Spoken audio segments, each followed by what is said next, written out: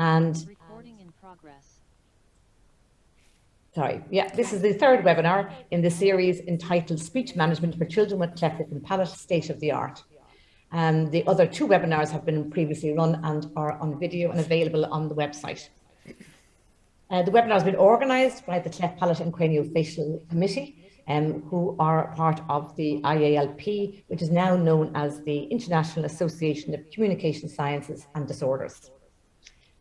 So before we begin, we would just like to give you an introduction to the International Association for Communication Sciences and Disorders.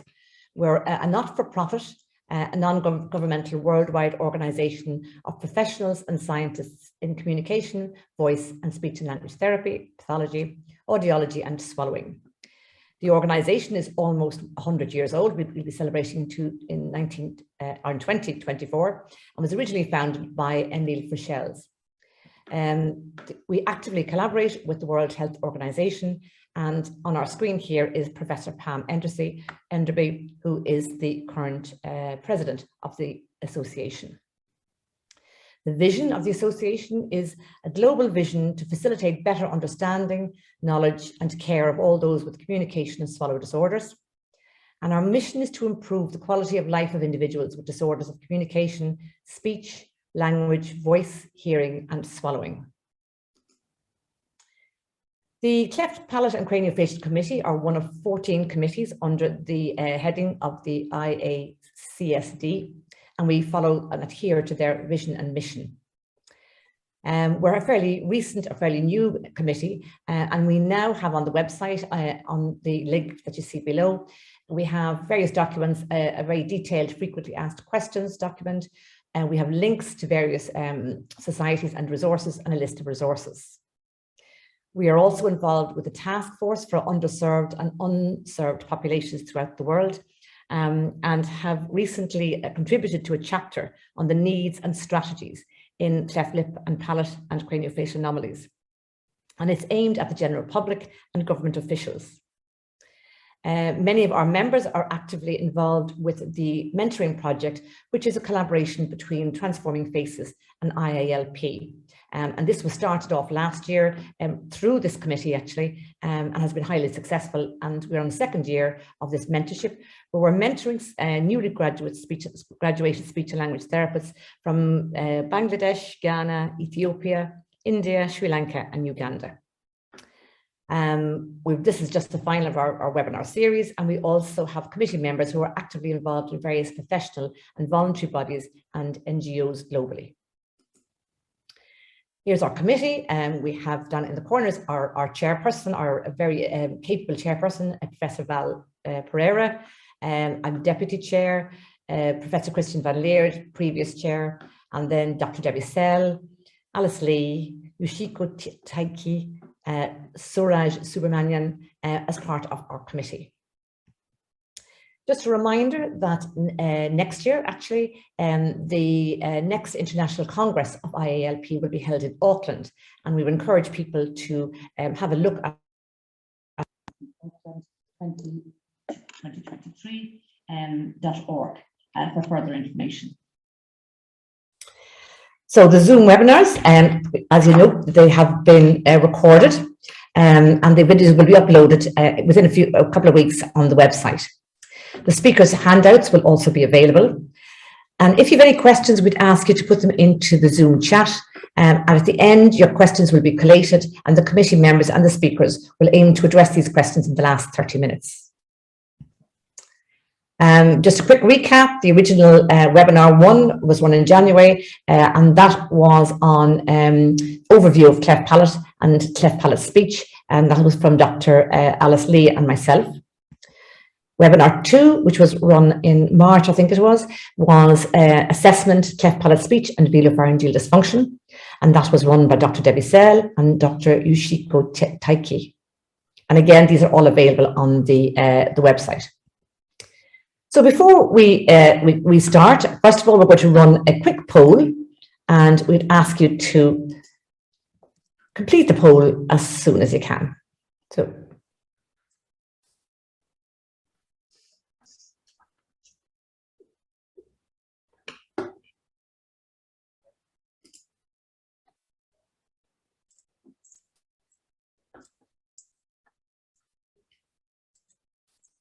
Val, can I ask you just to, can you hear me well? Yes, I can. Great. And you can see the poll? Yes. Great, thanks.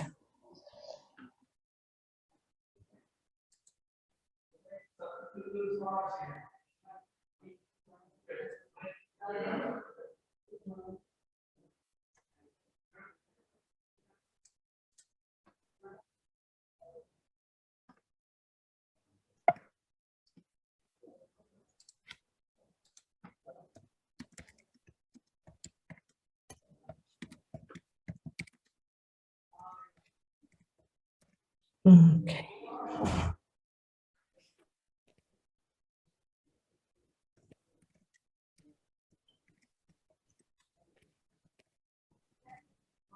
Okay, so I think we can just end that poll. We'll share the results here. And the idea really is just to get a background. So how many people, how many have experience working with children with cleft lip and palate? 79% yes, 21% no. And the number of years, less than 1 year is quite a group actually, 50%. There's a number that was 1 to 5 years, and then there's a few who are quite experienced in the area. How many children on your caseload? Quite a lot of people would have between 1 and 5, but 73%. And then you can see there's 26% between more than 6. Settings, 13% in hospital, 9% in the cleft service, 16 in community care, 16 in schools, 39 in private, and 7 in other. Okay.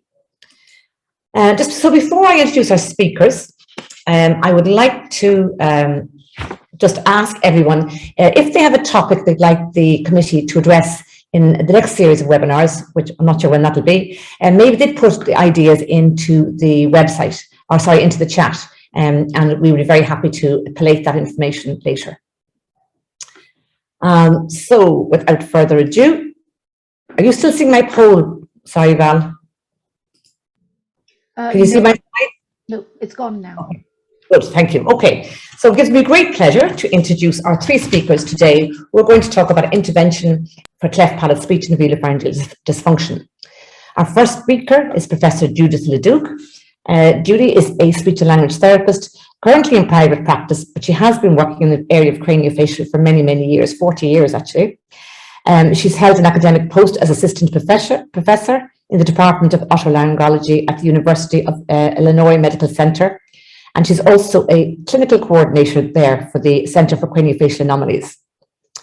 She was an adjunct professor at Northwest University and has received the honor of fellow from both the Illinois Speech and Hearing Association and the American Speech, Language and Hearing Association. During her career, she has served on 3 craniofacial teams, established an inpatient and outpatient hospital-based program for children with speech and language and swallowing problems, has provided clinical services, conducted research, taught in the Department of Pediatrics at the University of Chicago, and she's also now on the ASHA Legislative Council. Our second speaker is Professor Christian van Leerd, who is a full professor at Ghent University, Department of Rehabilitation. She's also appointed as an extraordinary professor at the University of Pretoria in South Africa. Her research expertise involves assessment and treatment of voice, resonance, articulation, and oral myofunctional disorders. In this field, she has co-authored up to 200 peer-reviewed publications. She's had a lead role as a speech and language pathologist in the multidisciplinary cleft and craniofacial team at Ghent University Hospital. As a professor at Ghent University, she's now the head of Master of Science Educational Program in Logopedic and Audiological Services. She's also chair of the Committee of Internationalization of the Faculty of Medicine and Health Sciences and a member of the Royal Academy of Medicine in Belgium.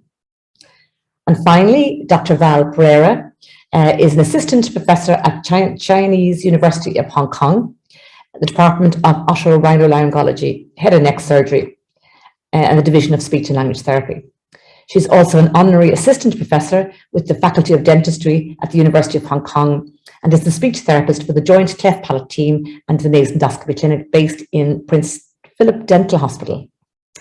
She's currently also runs a Cleft Palate VPI teaching and research clinic at the Chinese University Hospital in Hong Kong. Her previous work experience included the Super Regional Craniofacial Unit and the North Thames Regional Cleft Service, both based in Great Ormond Street Hospital in London.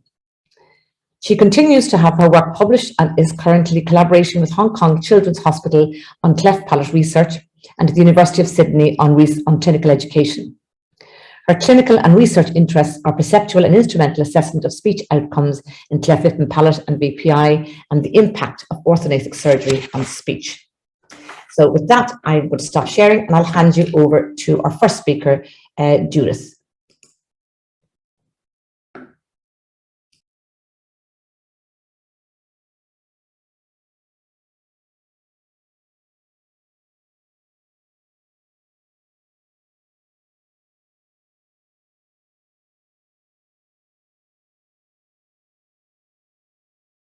Okay, Judy, you were on I know, mute. I'm good, right? Okay, you can hear me now, right? Yes, we can hear you and the screen is Okay. perfect. Thank you. Wonderful, okay. Hold on. I may have to reshare this because it's not moving. Hold on.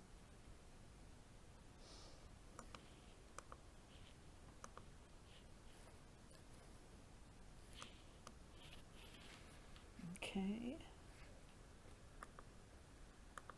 There we go. Okay. So good morning, everyone. I'm so glad it's morning for me. It's 6 o'clock. So wherever you are, hello. I'm so glad to be with you, grateful to be with you today. Let me just go through a little bit of what we will be covering. We ended with evaluation. So we're going to start by looking at a decision tree. Then we're going to review some terminology. We'll also go into the UK framework for Cleft, which is also used by AmeriCleft. Look at contributing factors to errors in cleft palate speech. We'll address some service delivery models, intervention frameworks, which may or may not have evidence. We'll look at some case studies and finally look at some overall guiding principles of speech therapy for this particular population. Okay. So I can't move this forward. Hold on. Judy, if you put your mouse or your arrow down at the bottom of the screen, the front arrow should come up. There we go. Okay. So last time we addressed speech evaluation. So this is sort of a decision tree that we can use in terms of making decisions on what should follow your perceptual evaluation. So I've really put it into three different categories. The first one, if you evaluate a child, a patient, and there's hypernasality and or audible nasal emission, but age-appropriate consonants, age-appropriate articulation, it's a must to go to a cleft palate team and consider imaging for VP mechanism during speech. So that's not the group that we're going to be doing therapy with, but we are going to send them on for further assessment. The next group are those that have hypernasality and or nasal emission and articulation errors. And there's two things that can happen with this group. One is certainly we refer them to the cleft palate team to consider imaging because we really need to know what that function is like. And then we'll look at oral pressures during that, and then also we'll begin speech therapy for those articulation errors. Now, mind you, we can begin therapy without the mechanism being totally taken care of, but we need to do both at the same time. And then the last group of patients would be phoneme-specific nasal air emission only. And this is the group that we need to start speech therapy right away. And we'll watch them over time to see if if our intervention of therapy does anything in terms of redirecting that airstream. And if it doesn't, then we will again refer on to a cleft palate team, a craniofacial team, so that the velopharyngeal mechanism can be assessed. So just to go through a little bit of the terminology, we're going to look at first hypernasality, which is a resonant alteration of vowels and vocalic consonants due to an abnormal coupling of the oral and nasal cavity. Then there's nasal emission, which is also associated with poor velopharyngeal closure, and it affects high pressure consonants, and it can be audible or inaudible. So this is where you need your mirror to figure out whether, if you can't hear it, you might be able to see it steam up on a mirror. There are obligatory errors, and those are normal articulatory placement, but you have distortion of the speech sound due to a structural abnormality. And we'll go into some of those a little bit later. And finally, and this is probably the largest group that we see with clefts, is that compensatory articulation. And that's an abnormal pattern of artic development due to a cleft, velopharyngeal dysfunction, a fistula, malocclusion, etc. So compensatory is a large group of what we see with clefts. I would like to say that if you look at the literature and you look at many different studies, the incidence of the need for speech therapy is variable, but at the highest, it's 50% of the children or adults that we see will need to have speech therapy. So it's a pretty large population when you consider approximately 1 in 650, 700 have cleft palate. All right. So let's just kind of look at, these are some of the compensatory articulations that we see: glottal stops, pharyngeal stops, nasal fricatives, pharyngeal fricatives, and mid-dorsum palatal stops. So this is all categorizing what we see. And we'll go to this slide, which really looks at where these articulatory compensatory errors are made. And if you look at the first group, the glottal stop, which is in green, and that's the area of the glottis, and you see that's usually for oral stops and sometimes H. The nasal fricatives, if you look at the back of the throat, the palate, and then also look at the nasal cavity. And pharyngeal fricatives are, or nasal fricatives are often substituted by affricates, and you see this frequently. Pharyngeal fricatives and stops are, as you can see, are the red part, and pharyngeal fricatives are usually substituted for oral fricatives and affricates. And finally, the mid-dorsum palatal stop and fricative is something that's done with the tongue and the dorsum of the palate. So this is the placement for all these compensatory artics. And I will tell you that this is the bane of my existence, is trying to correct these compensatory articulation errors. They're really hard. Sometimes when you get, so here's just a summary of that: glottal stops, substituted for oral stops, pharyngeal fricatives, we kind of went over this, substituted for fricatives and affricates, pharyngeal stops, usually substituted for K and Z, and mid-dorsum palatal stops are substituted for tip, alveolar, and backvelar sounds. So with that in mind, we'll look at mid-dorsum palatal fricatives and also nasal fricatives. And again, this will all be placed on the website once the webinar is completed. But this just gives you a review of some of the terminology that we'll be using. Now, if we look at the UK framework and also this framework which is used by AmeriCleft, this again gives you sort of the placement of where things happen. So the anterior oral cleft characteristics, you can see like dentalization, palatals, and palatalization. And this is obligatory, can be obligatory if it's due to a malocclusion or missing dentition. Then you look at what is posterior. So the posterior oral cleft speech characteristics like backing to velar compensatory can be compensatory. Non-oral are the glottal stops, the fricatives to replace oral stop pressure consonants, and that again is compensatory. And finally, you have something we call passive, and that's weak pressure consonants replacing oral pressure consonants with nasals, MB, and for T. And again, this is obligatory.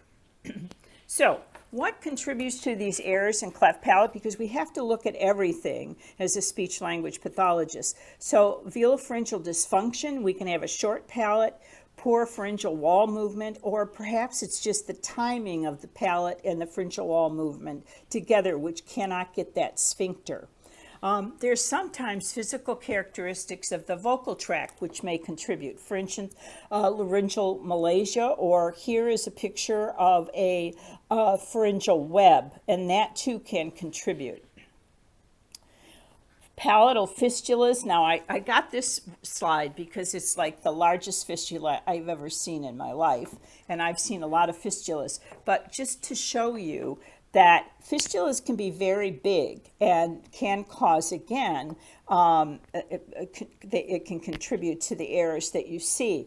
Fistulas can be anywhere. They can be the hard palate, they can be at the soft palate, etc. They can be very large, or they can be very small. And its contribution sometimes depend on how large the nasal turbulence are. So you can have a very small fistula with large turbinates, and you will not get any nasality from that.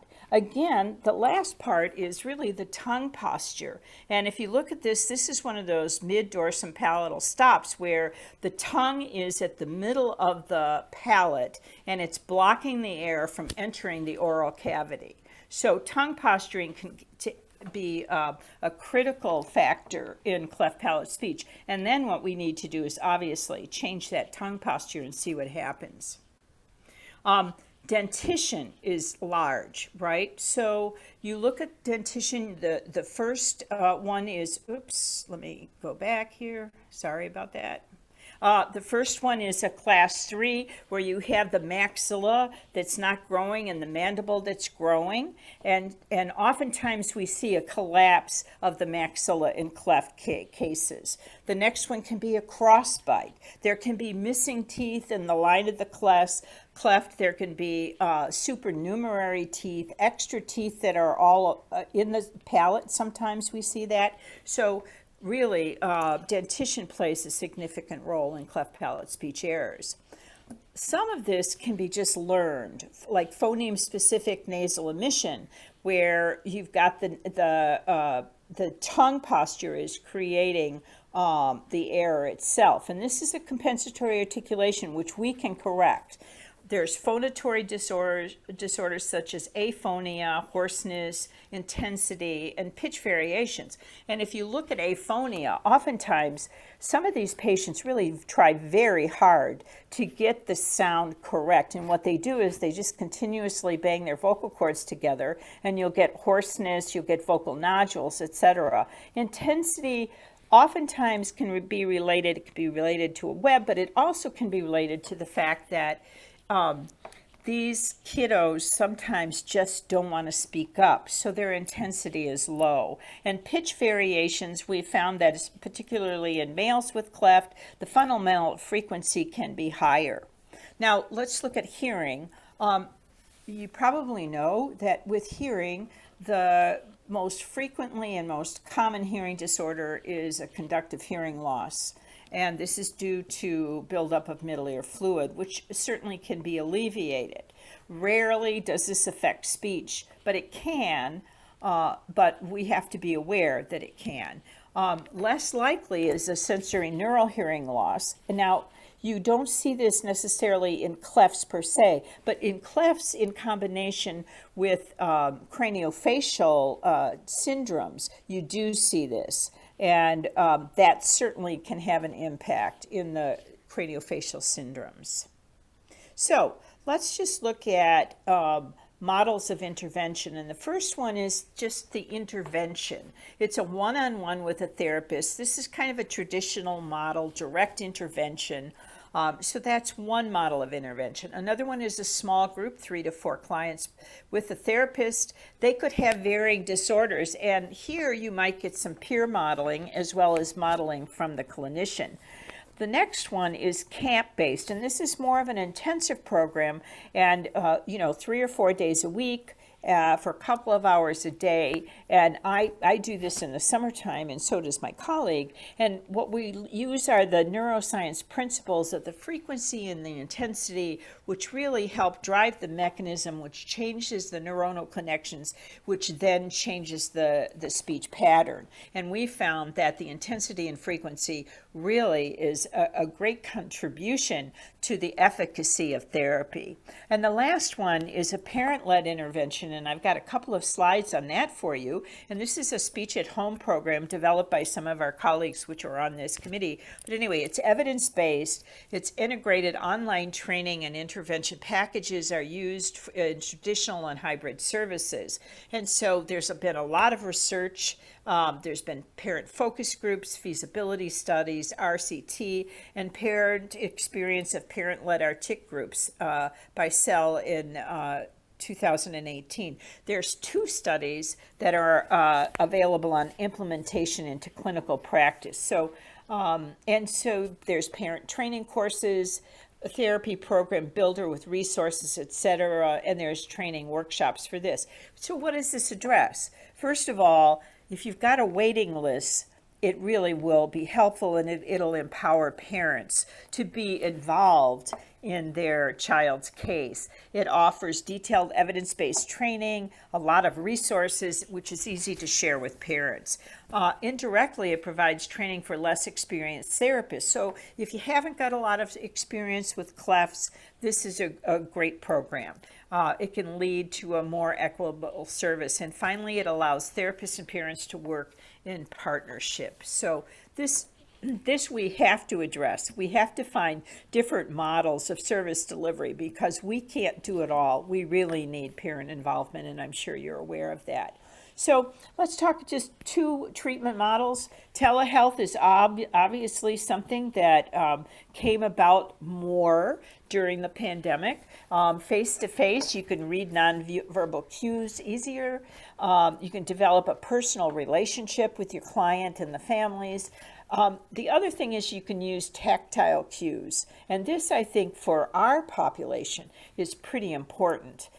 Because we need multisensory approaches to our therapy. You can use a variety of reinforcements. And in telehealth, the beauty of it is nobody has to go anywhere. But don't wear your pajamas.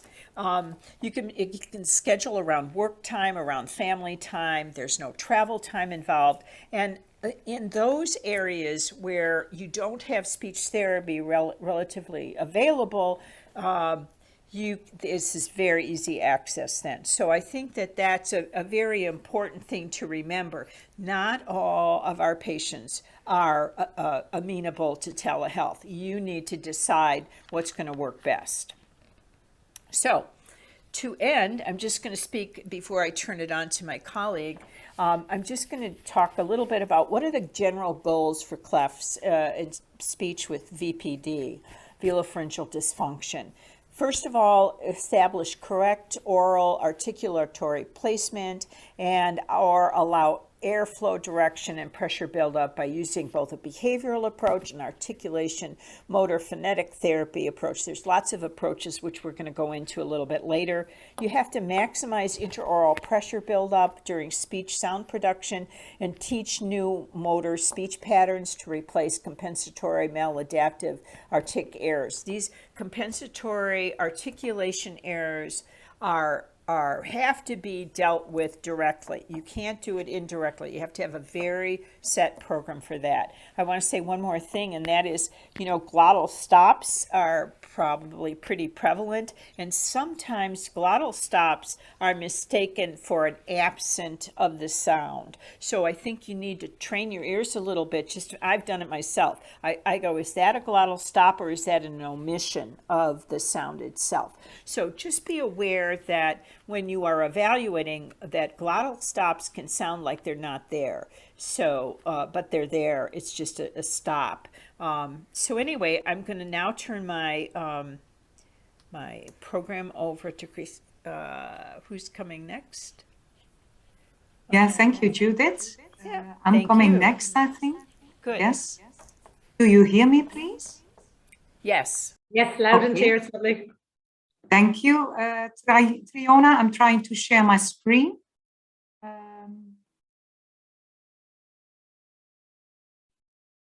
Do you see my screen? Yes, that's great. Thanks, Christian. Okay, thank you very much. I'm going down now, but there's a problem with going down. Welcome, dear audience, dear colleagues. I'm from Belgium and the time is now 1:30, so good afternoon, dear colleagues. Before we zoom in on the different speech intervention approaches, we'll briefly discuss, repeat, the difference between active and passive or obligatory and compensatory speech disorders. Since this requires... Christian, Sorry? it's Valerie here. So sorry to interrupt. I think you might have your Zoom, I don't know what you call it, panel. It's at the top of a slide and it's blocking Yes. Can you move it up,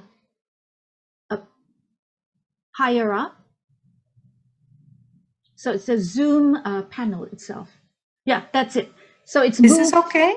It has to move away from your slide. Now it's covering the bottom. And how do I remove it? Can you move it right to the top of your screen? Like that? It's still blocked. Oh, okay.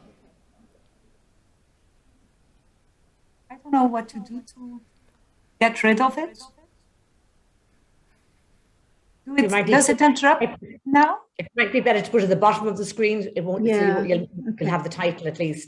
Is this I think better? we should go for I should Yeah. go for the presenter's view.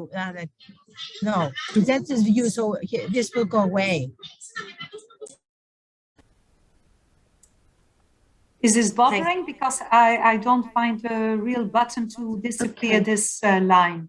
It's better now, but it just blocks the Ghent symbol. Yeah, thank you very much. So firstly, we will discuss a specific case from our research stays in Uganda, and we will talk about the basic motor phonetic principles to eliminate compensatory speech disorders.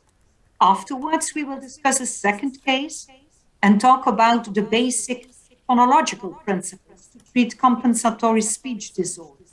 And finally, we will consider the strengths and weaknesses of both approaches and discuss possibilities to use these approaches in different contexts. For some colleagues, it can be too simple, but I like to stress the importance of the use of the basic principles of the phonetic and phonological approach for patients with VPI. So now I have a problem to show the next slide. I don't know what's happening. I think my presentation is blocked now. Sorry for that. I go out. I share again.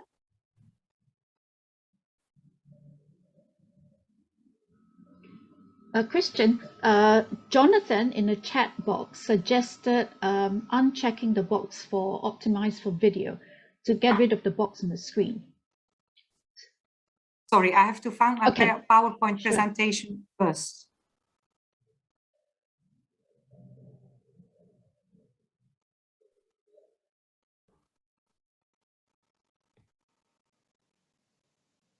Stop of a backing to a palatal velar place of articulation. For example, a t becomes a k. In this case, speech therapists indicate, since there is a functional problem. Passive or obligatory speech disorders, on the contrary, are caused by an abnormal structure and mostly include changes regarding the manner of articulation. Examples are hypernasality, or nasalized productions of consonants. For example, B becomes a M. In this case, it is very important to refer the child to a surgeon to correct the anatomical structure before you provide speech therapy.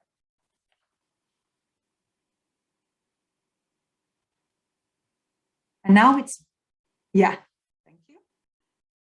This figure provides an overview of a possible decision-making process when a patient presents with an active or a passive speech disorder. In case of an active speech disorder, right on the figure, speech therapy is indicated. In the case of inconsistent and mild speech disorders, a trial speech therapy can be initiated for some weeks.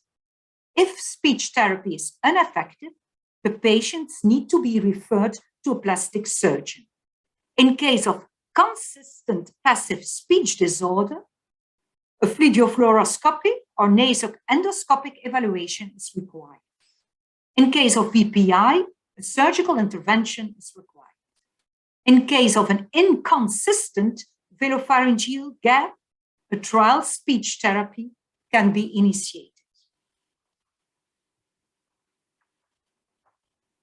Until now, research in the domain of speech-related cleft care mainly focused on diagnostics.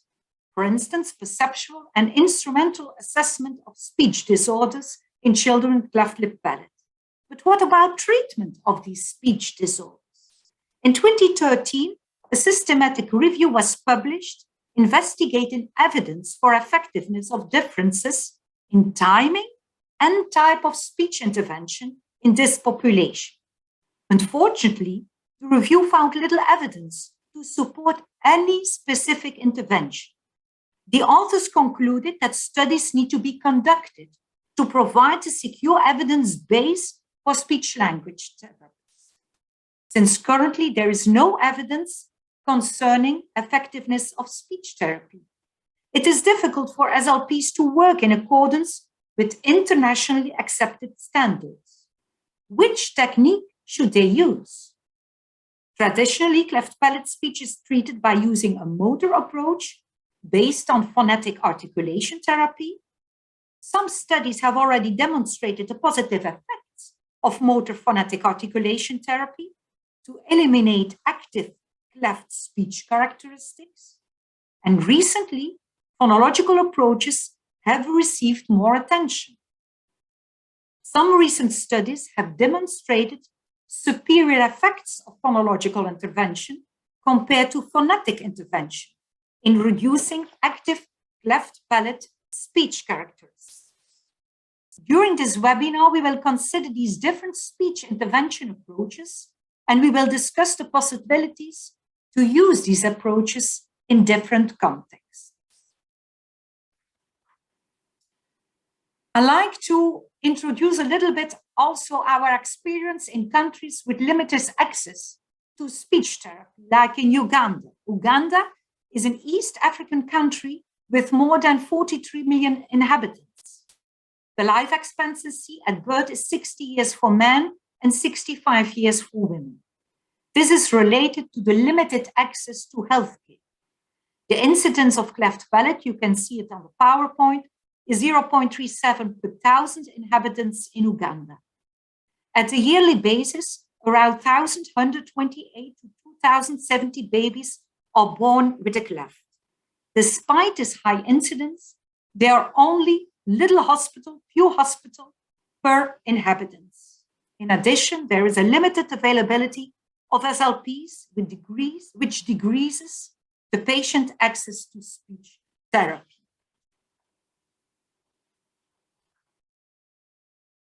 Our team has a 10-year running collaboration with the Comprehensive Rehabilitation Services Hospital in Uganda. The Kosu Hospital was established by the organization Smile Train and Christian Blind Mission. Kosu Hospital is the reference for the treatment of clefts in Uganda. Kosu Hospital has a rehabilitation center with 1 speech-language pathologist. During our humanitarian missions, we collaborate with the speech-language pathologist to provide speech therapy to patients with a cleft palate in a nice win-win relationship. So the first case I like to introduce, I would like to start with a case of a boy who presented at a Corsu hospital during one of our humanitarian missions. A boy aged 4 years presented at a speech clinic in Uganda. This patient was born with a bilateral cleft lip and palate. Perceptual speech assessment. I think there's still a micro on.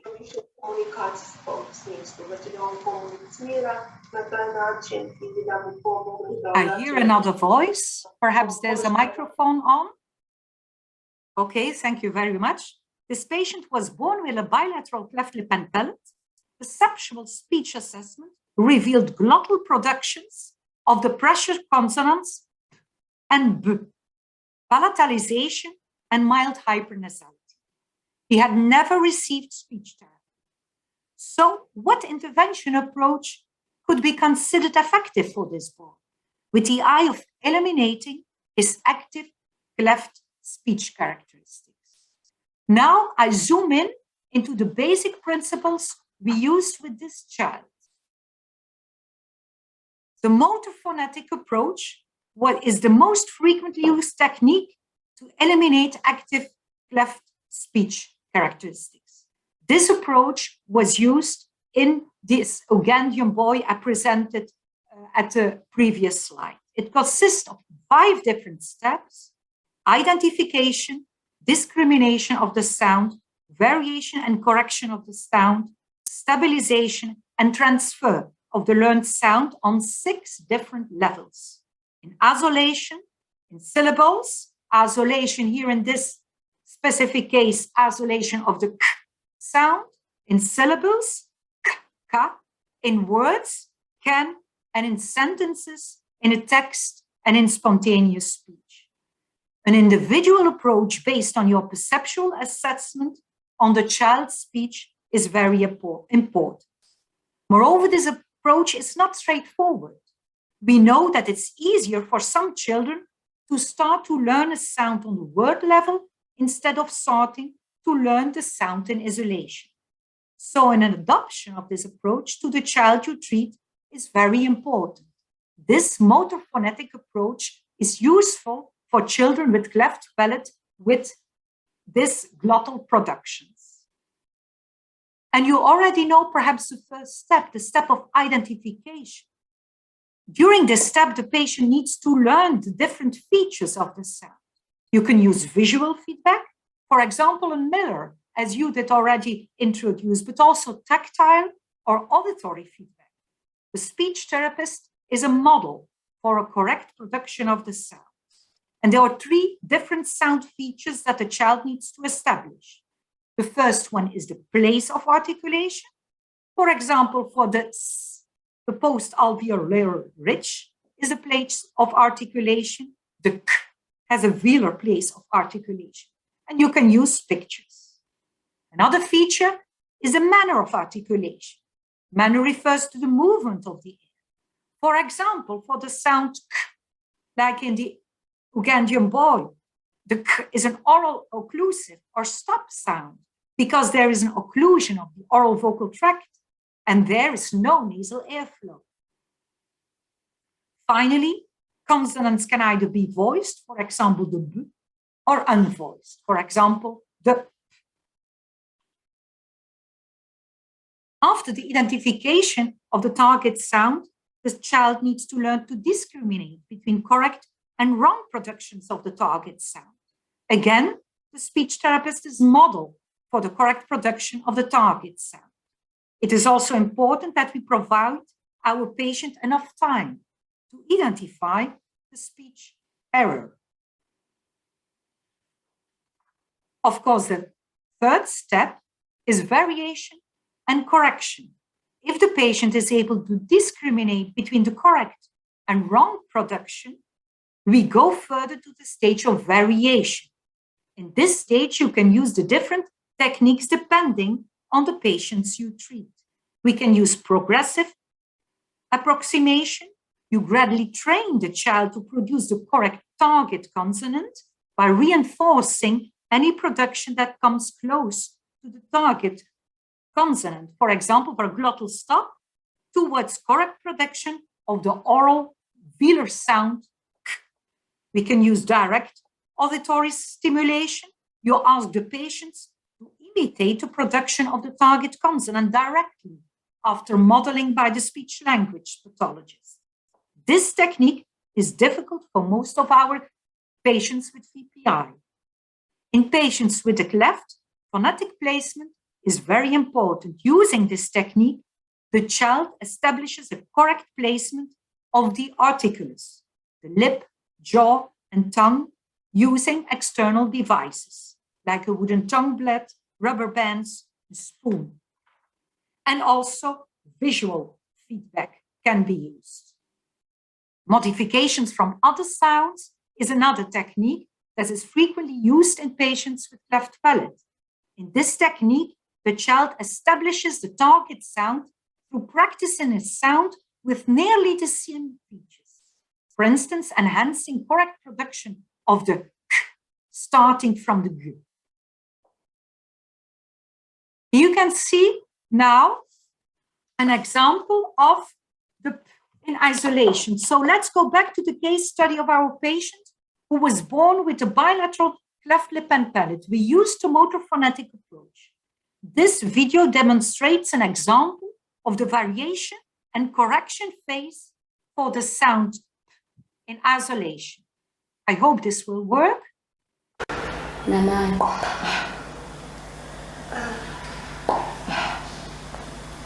Okay, very good. Now you pick another one. This is a paper. Yeah? Okay, try it again. Put your lips closed.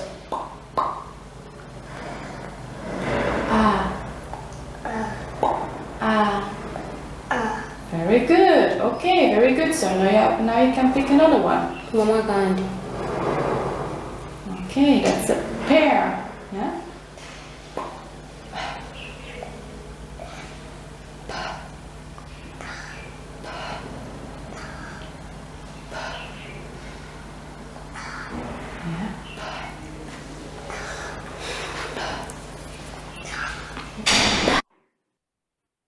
Okay, thank you very much. So after the child is able to produce the target consonant on the level you train, you can move forward to the stabilization and transfer phase. Transfer is the most important yet most difficult step in therapy. And there is still a need for more research to find the exact techniques to increase the transfer. To make the transfer to daily life more easily, you can use reminders. For example, you can make a little note that a child can take to school. To make the production of the target consonants more stable, you can ask the child to prolong the sound, to speak louder or softer, or to speak and to write the sound simultaneously. Introducing the next phase, when do you start with a new level in the motor phonetic approach? Of course, an individual approach that is adapted to your patient is needed. But generally, we say that when the child is able to produce the target sound correctly, in 90% of the cases, with minimal cue from the therapist, we can move further to the next level. So, treatment of glottal steps. According to the motor phonetic approach, the first two steps are the identification and the discrimination of the target sounds. Place of articulation is a difficult concept for children. Therefore, it can be useful to use picture sounds to discriminate between a mouth sound k and the throat sound g. Additionally, you can use a mirror to show the child that the back of the tongue is upwards when producing the k. A strategy that is often used to eliminate a glottal stop is to put a h sound before the pressure consonant. Gradually, you diminish the production of the sound, and the ha sound prevents that air will be stopped at the level of the vocal folds. This was a brief summary of the possibilities to use a motor phonetic approach. Let's consider another case.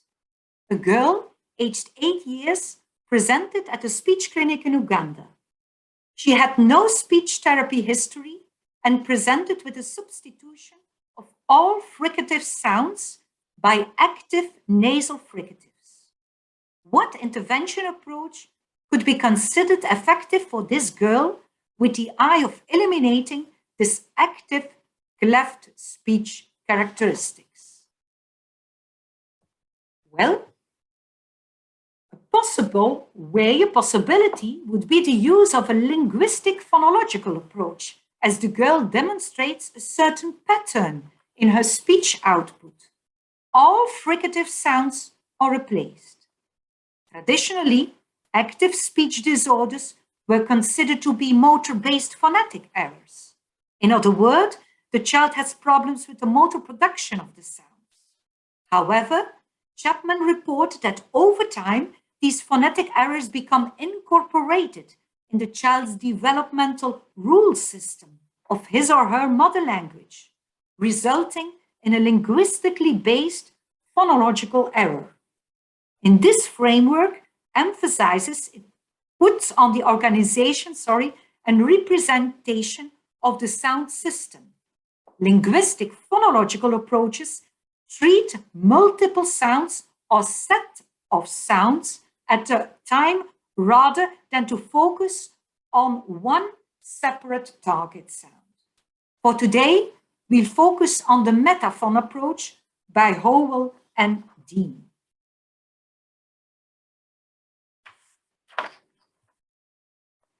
The approach consists of 2 separate phases, and you are, I think, familiar with this approach, and this can be used as very useful for children, like in the case of this girl aged 8 years.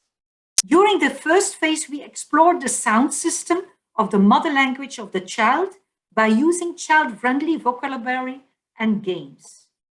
The overall aim of this phase is to increase the child's metaphonological awareness. Metaphonological awareness is the individual's awareness of words, syllables, and sounds, as well as the individual's ability to manipulate these units.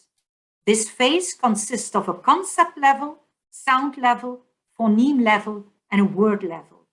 During phase 2, we use the acquired metaphonological awareness in communicative situations by playing child-friendly games. This phase consists of a word and sentence level. Let's zoom a little bit in phase 1. Important in this phase is that we establish a shared understanding of the concepts of sounds, or in other words, the sound classes. We use child-friendly vocabulary to talk about the sound classes. This vocabulary is linked to reference images. For example, Mr. Front and Mr. Back, to refer to different places of articulation, the front or in the back. Very important is that no speech sounds are yet involved during this phase. This phase only focuses on the acquisition of the correct vocabulary by playing child-friendly games.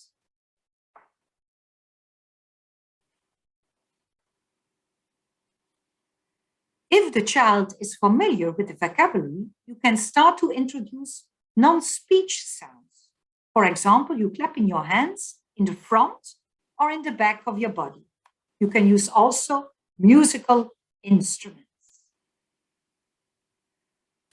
When you reach the phoneme level, you can start to introduce speech sounds. Important in this phase, the child is still a listener and not an actor. Nevertheless, the child is encouraged to produce speech sounds as an answer to the reference images. In this stage, the SLP produces different speech sounds in one dimension. The child links these speech sounds to the reference images. On the word level, SLP introduces minimal pairs that vary along the dimensions in questions. Again, the child is listener, but is stimulated to produce sounds. The SLP produces a minimal pairs, and the child is asked to link the words to the correct images. In the beginning, the SLP starts with only one minimal pair. Afterwards, the SLP can gradually produce more and more minimal pairs. The original metaphone approach aims to enhance the child's communicative effectiveness by providing feedback about the success or failure of the spoken message, using the minimal pairs introduced during the word level of phase. For some Cleft-related speech characteristics, however, no minimal pairs exist in the Dutch language, and I think nor in the English language. For instance, nasal fricatives. Hence, modification must be made in levels using these minimal pairs. During the word level of phase 1, nonsense minimal pairs could be included if no minimal pair existed. For the discrimination between nasal and oral fricatives, minimal pairs contrasting between devoiced, voiced fricatives, for example, s versus z, can be used, for example, su and zoo. If the child produces an active nasal fricative, the therapist was not able to point at the correct reference picture. Hence, feedback was provided on the child's spoken message. Sorry, Christian, just before you go out, we're running slightly over and we need to make sure we have some time for questions. Thank you. Okay, thank you very much. So we all know, I'm going to skip some slides. We all know the phase 2 for the word level, and we have the phase bestar pure phonetic. We can use the combined phonological approach. It's a combination of the phonetic and phonological principles, and the phonologic principles are necessary to learn differences between the target consonants. And there is evidence to use a combined phonetic phonological approach. Like in the next video, we show in the same therapy setting phonetic elements we used during the therapy.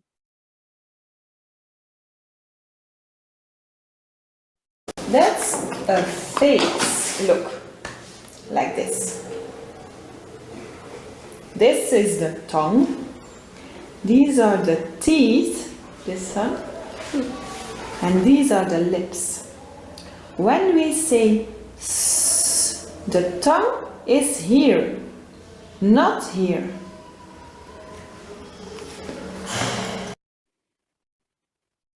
Okay, and in this same,